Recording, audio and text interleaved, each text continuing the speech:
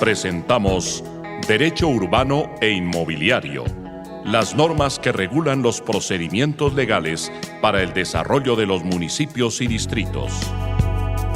Conduce Edgar Barajas Ortiz, un programa de La Voz del Derecho, radio especializada.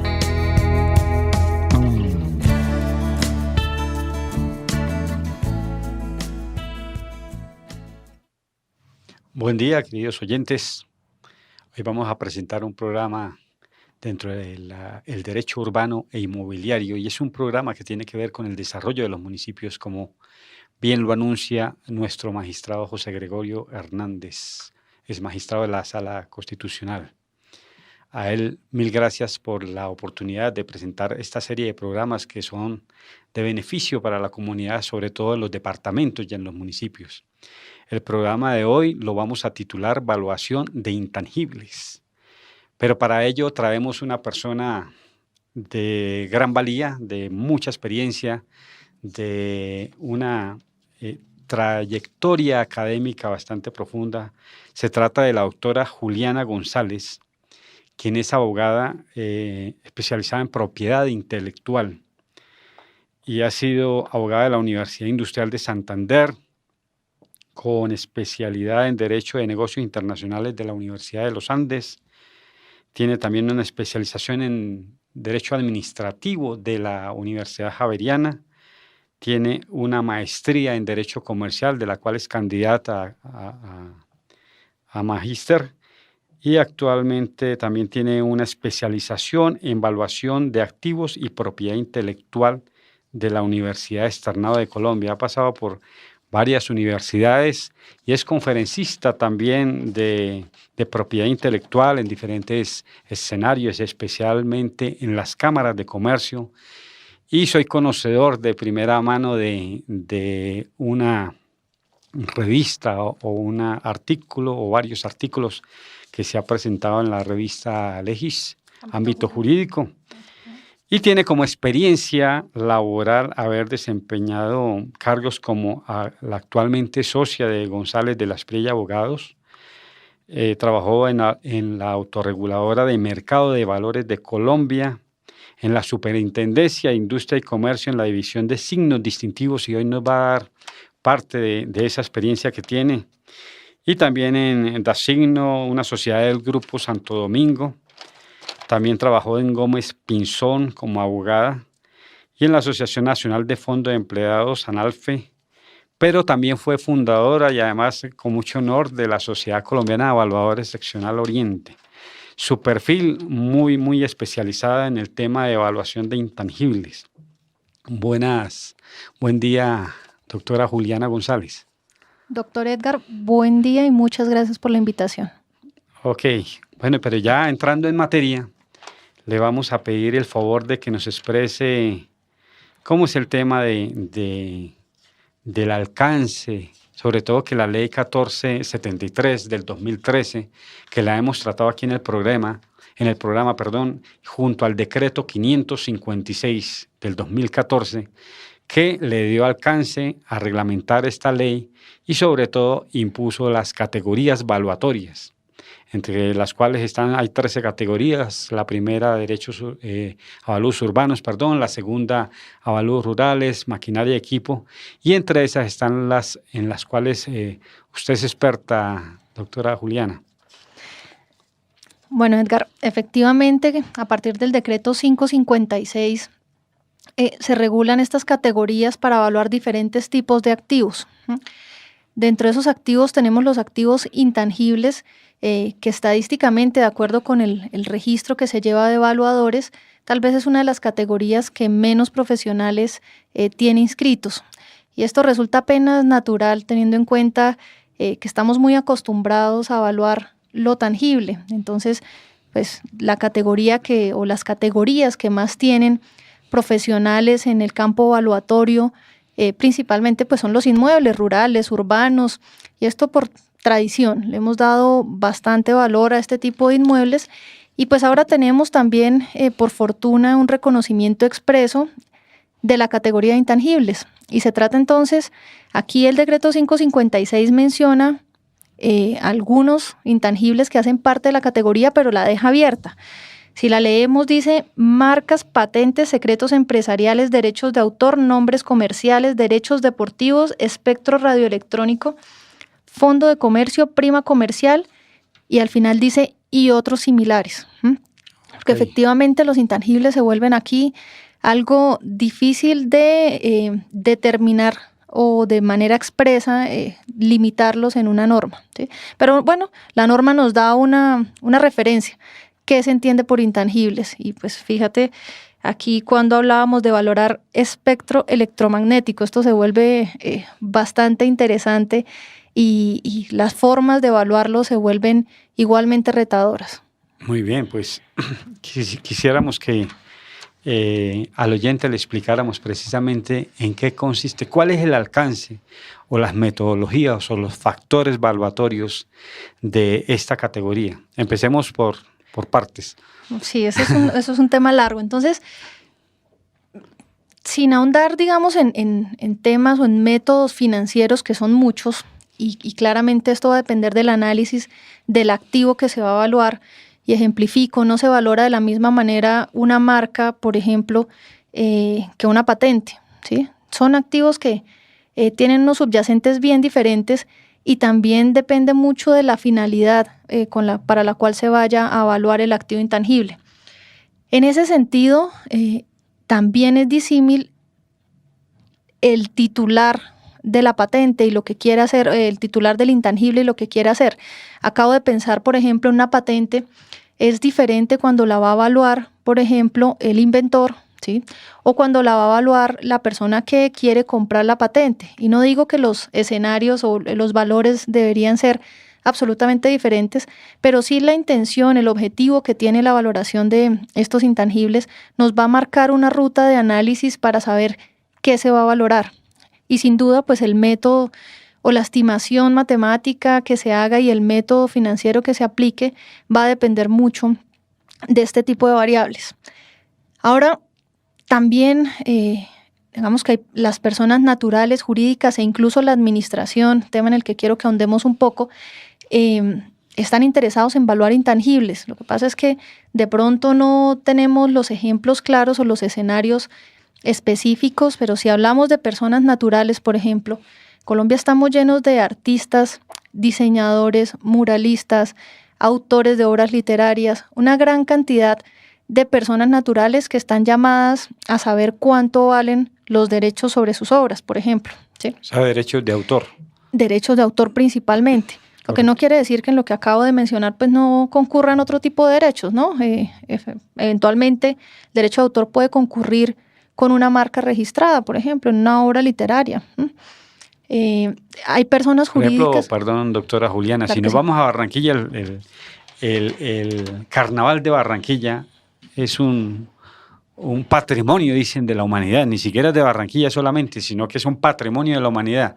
De eso estamos hablando, del claro, derecho intangible que representa todo un evento cultural como el Carnaval de Barranquilla. ¿Cómo se haría una potencialización de estimación de valor ahí? Es correcto.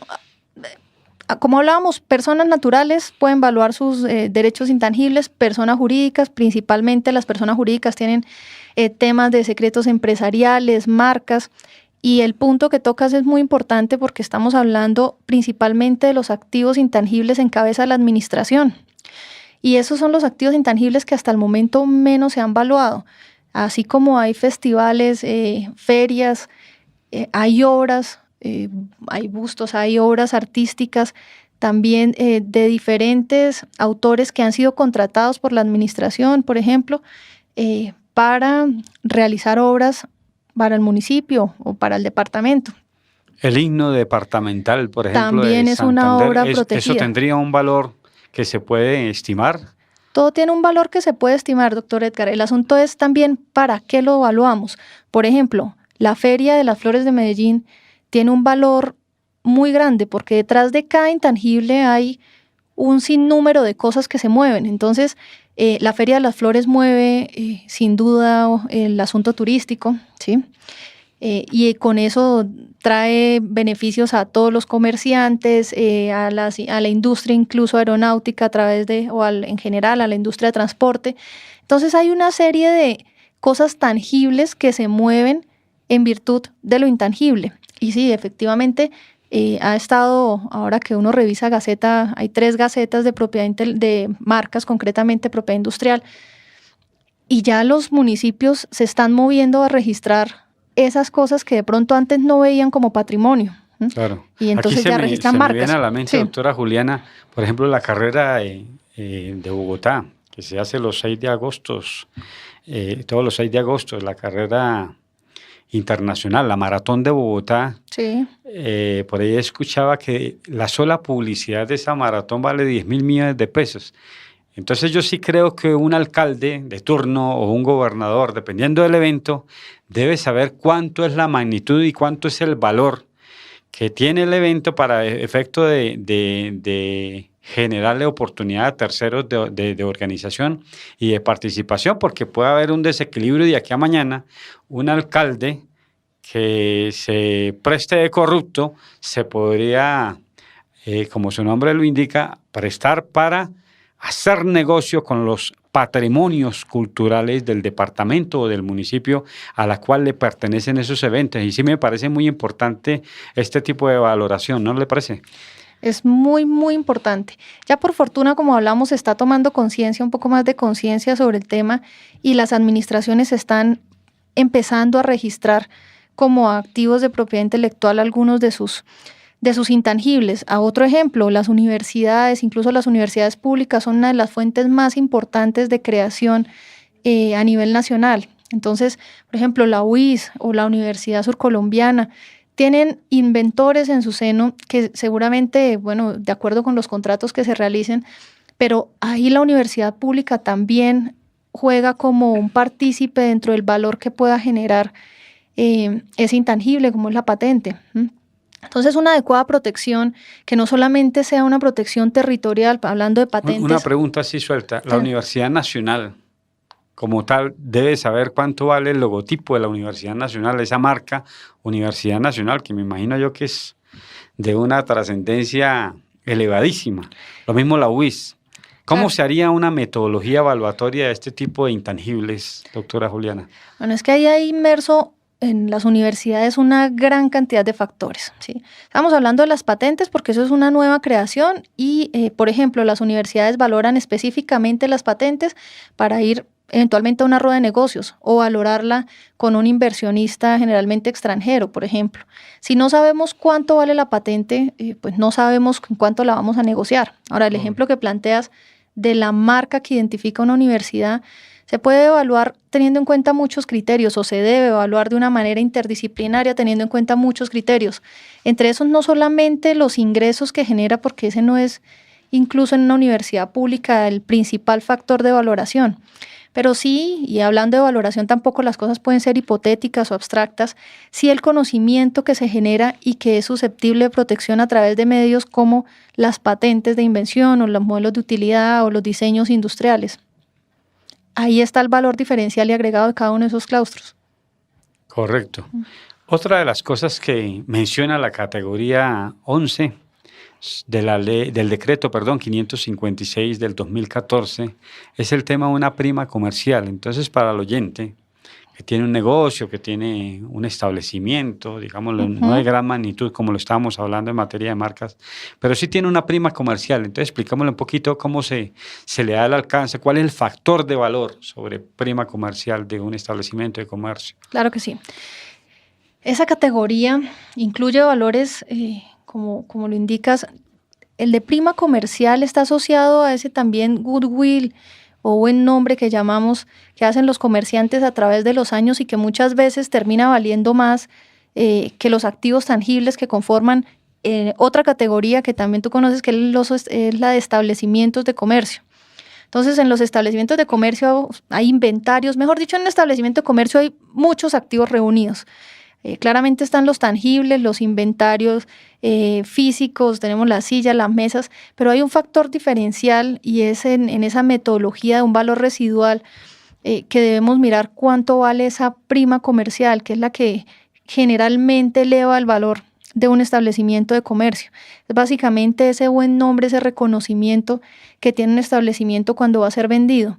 Y fíjate que ahí uno comete muchas imprecisiones, ¿no? Es normal en nosotros que ejercemos el derecho, que alguien vaya a comprar un negocio, un establecimiento de comercio con todo, y de pronto lo valore mirando su contabilidad en donde están los activos fijos, pero eventualmente, y le pone un valor ahí un poco, digo yo, a ojo, a lo que sería la prima comercial, pero todo eso es cuantificable, ¿sí?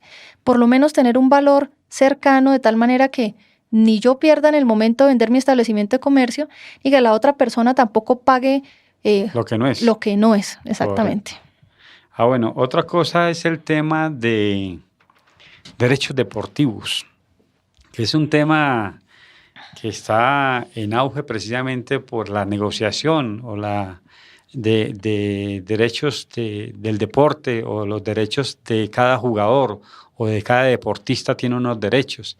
Incluso son derechos que se pueden asegurar, como las piernas de Messi, las piernas de Maradona, etcétera. Bueno, Maradona ya no, pero actualmente sí a algunos jugadores de gran categoría que se deben valorar. Y hoy en día los equipos, el Atlético Bucaramanga, Millonarios, Santa Fe, estos equipos intercambian deportistas y los negocian, los transan por unos valores. Pero soy conocedor que a nivel internacional existe, entre comillas, lo que llamamos la revista motor, y perdón lo peyorativo en la comparación de comparar carros con jugadores, pero existe una revista, no sé cómo se llama, doctora, pero es ahí donde están como los derechos, los pases deportivos, cómo se tangibiliza ese valor o ese avalúo de esos derechos deportivos. Bueno, en derecho deportivo aún hay mucho que hacer en Colombia. Por fortuna aquí el deporte de manera general está en un auge muy importante, tenemos talento que ya se reconoce internacionalmente, y eso ha llevado un poco al cuestionamiento de cómo valorar ese tipo de intangible que está detrás de un deportista, por ejemplo.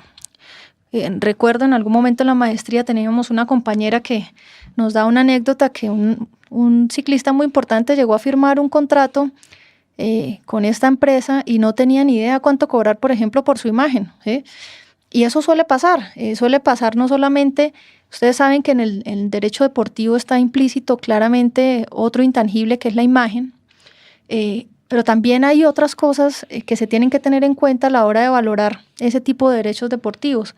Entonces, claro, estamos en mora en Colombia de tener un observatorio, o por lo menos empezar a sentar las bases de cuáles serían los parámetros objetivos, y sé que no todo se puede objetivizar porque en el deporte también hay mucho ojo, mucho talento, hay personas que se dedican especialmente a determinar por qué características, incluso subjetivas, invertirían o no en el pase, por ejemplo, llamado comúnmente pase de un jugador, pero sí hay factores objetivos que permitirían llegar a transacciones un poco más fieles, más justas, si se tienen en cuenta, por ejemplo, contratos anteriores del deportista, la vida útil, por llamarlo de alguna manera, del deportista en determinada área del deporte, la proyección internacional que tiene. Bueno, hay muchos factores y efectivamente vamos a empezar a trabajar entonces en un observatorio en este aspecto, porque los deportistas necesitan tener un respaldo en sus transacciones. Ese es su negocio, esa es la forma en la que también se ganan la vida, y tienen que tener un respaldo financiero que por lo menos les ayude a encontrar una dirección en ese sentido al momento de hacer negociaciones. Qué bueno, y es una gran idea para que se lance en este programa el tema del observatorio de esos derechos deportivos. Por ejemplo, yo sé del caso de Baldomero Perlaza, que figura en esa revista internacional y tiene un valor allá, pero prácticamente son los managers o los encargados de la contratación de ese sujeto, de ese deportista, y los que se llevan la platica, la verdad, son esos managers. Son esos negociadores, y por eso el tema se volvió mercantilista y se volvió de rating y se volvió de comprar oportunidades para que un deportista pueda acceder a ser titular de un equipo de fútbol. Y lo mismo en todos los deportes, en ciclismo, en natación, en baloncesto. Claro. Entonces es muy importante que a Colombia le llegue, y de verdad, como usted decía, doctora Juliana, son muy pocos los evaluadores en Colombia que se dedican a esta clase de temas evaluatorios. Los municipios necesitan, las empresas particularmente necesitan, y necesita sobre todo el que es talentoso, por ejemplo, aquellos derechos de autor. Uno se va para el Festival Vallenato y la verdad uno ve demasiado talento, y talento pero en grande, de exportación. Y resulta que la gente no tiene oportunidades porque no tiene quien los comercialice como tal, quien los ponga como empresa, quien les dé valor, quien les haga ese alcance evaluatorio que ellos ni saben cuánto vale por la perspectiva. Entonces, enhorabuena que se lance esto aquí en este programa de Derecho Urbano Inmobiliario que le sirve a los municipios, ya dijimos, y que también le sirve a todos los empresarios. Aquí queremos dar realce en que la Sociedad Colombiana de Evaluadores a nivel nacional tiene a su interior algunos miembros evaluatorios, en este caso el de la doctora Juliana González, que es muy experta en este tema, y que son temas evaluatorios que los ofrecemos a nivel de las 7 seccionales que hay en Colombia de la Sociedad Colombiana de Evaluadores. Entonces, es una lonja que no compite con las lonjas de propiedad raíz, sino que hace avalúos de intangibles, de maquinaria de equipos, de derechos de autor, de marcas, de patentes. Pero hablando de patentes, doctora Juliana, quisiera saber para qué o cuál es la finalidad, y esto para que lo sepa el oyente, cuál es la finalidad de valorar una patente. ¿Para qué se hace eso desde el punto de vista contable? Bueno, desde el punto de vista contable, eso efectivamente tiene un tratamiento específico en las NIF. Por ejemplificar, de acuerdo con las normas internacionales contables que tenemos ahora, ese proceso de investigación no estaría reconocido dentro del valor. El proceso de investigación previo, en el caso de las patentes, no estaría reconocido con valor intrínseco hasta tanto no se obtenga o la patente no se comercialice. Incluso hay muchas empresas que se dedican a la investigación y dedican gran parte de sus recursos en este proceso previo de investigación, y no todas las veces se obtiene una patente, no todas las veces se obtiene el resultado que se quiere. Eso, digamos, desde el punto de vista contable y financiero. Pero desde un punto de vista eminentemente práctico, pues incluso hay inventores que no tienen contabilidad, que invierten todos sus recursos en una patente, tienen un prototipo y lo hacen o valoran su patente para hacer una buena negociación, ¿sí? O para explotarla, bien sea licenciándola o para vender sus derechos de manera definitiva. Pero lo importante es que si uno no tiene un respaldo evaluatorio, por ejemplo, no es lo mismo evaluar una patente a la que le hace falta un año para perder los derechos concedidos mediante la patente a una patente que está recién concedida, ¿sí? No es lo mismo una patente que tiene protección internacional a través de PCT, por ejemplo, a una patente que dejó vencer ese término y solamente tiene una protección territorial o local. Entonces, de todo esto, la valoración también va muy de la mano de la asesoría que tengan las personas o naturales o jurídicas de sus activos intangibles. No podemos hablar de la valoración de una marca, por ejemplo, que no esté registrada. Si en Colombia tenemos un sistema registral para acreditar la propiedad sobre ese intangible que es la marca. No podemos hablar de patente si no está concedida o por lo menos si no está en trámite. Entonces, ¿cuál sería? Hay muchos elementos, muchos criterios que entran a jugar, e igualmente el propósito, los propósitos que tengan los diferentes titulares de estos activos, pues son innumerables. Qué bueno, qué bueno. Sí, es bastante grande el alcance del para qué. Ya le explicábamos al oyente del cómo, el qué es y el para qué, pero sí queda en el ambiente y ya en representación del oyente aquí, definir un poco esas categorías, no solamente de intangibles, sino también que definamos un poco el de intangibles especiales, que están las categorías 12 y 13. Entonces, bueno, claro que sí. La de intangibles especiales, esa categoría se llama también intangibles básicamente porque lo que se están valorando son principalmente derechos, ¿sí? Y de ahí emergen, las leemos para que el oyente también tenga la transcripción exacta de la norma. dice que esa categoría comprende daño emergente, lucro cesante, daño moral, servidumbres, derechos herenciales y litigiosos y demás derechos de indemnización o cálculos compensatorios y cualquier otro derecho no contemplado en las clases anteriores. Entonces, primero, claramente es residual. Y segundo, ese intangible especial, como su nombre lo indica, efectivamente versa sobre algo que aparentemente no es tangible como los derechos y como los criterios compensatorios e indemnizatorios, pero que sin duda tienen un valor. Y aquí la profesionalización del valuador en el ámbito, por ejemplo, del ser auxiliar de la justicia, para los que no son abogados, anteriormente había un listado de auxiliares de la justicia en donde este tipo de profesionales eran llamados a rendir un dictamen. Ahora la parte de llevarlo, aportarlo como prueba, y es ahí donde entra la relevancia de un valuador experto en tasar este tipo de criterios. Y pleitos y litigios en donde se tengan que tasar los daños morales y los perjuicios, lucro cesante, daño emergente, son infinitos también, de acuerdo con el caso o con el objeto materia de controversia. Entonces, claramente la invitación a los abogados, a las personas es que no juren en vano cuando hablan del juramento estimatorio, que no caigamos en ese pecado y en ese riesgo además como profesionales del derecho, sino que se apalanquen y tengan como base ese juramento estimatorio, más allá de la estrategia procesal que exista, que tengan una valoración que les sustente adecuadamente esos perjuicios, que hagamos juicios justos, ¿sí? Que tengamos litigios ajustados a derecho y en justas proporciones de las pretensiones que se están tasando, que no, de pronto como ocurría antes, teníamos matemáticas de abogado y hacíamos cuentas largas y decíamos, juro que esto vale 1.000 millones de pesos, y de pronto no era así. Entonces esta categoría de intangibles especiales valora otro tipo de intangibles igualmente importantes, pero como ustedes se dan cuenta, con una finalidad diferente a la de la categoría 12 que acabamos de hablar. Muy bien.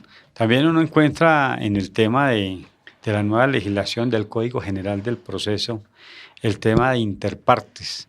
Uno ve, por ejemplo, cantidad de empresas en la Superintendencia de Industria y Comercio que concurren a un acuerdo de concursal de acreedores y, perdón la redundancia, y resulta que muchas veces si la empresa, mal que bien, está en una iliquidez o en cesación de pagos, ahí es muy importante que a veces vale más la misma marca o los mismos derechos intangibles que tiene y que no se hacen sopesar precisamente porque el promotor o las personas o los abogados que impulsan esta protección legal no valoran o no le dan alcance a lo que evidentemente vale la marca. Claro. Yo he estado en tras bambalinas detrás de los escritorios de los bancos y muchas veces toca inyectar dinero de reinversión, como se dice, para poder rescatar firmas que valen la pena sacarlas adelante, vale la pena darle un voto de credibilidad y de salvamento. Bueno, llegamos al final del programa. Le agradecemos, doctora Juliana González, su experticia y puesta al servicio de los oyentes. Le agradecemos, doctora Juliana. Con todo gusto, doctor Edgar. Hasta una próxima oportunidad. Hasta luego. Hasta luego. Han escuchado Derecho Urbano e Inmobiliario, las normas que regulan los procedimientos legales para el desarrollo de los municipios y distritos. Condujo Edgar Barajas Ortiz. Un programa de La Voz del Derecho, radio especializada.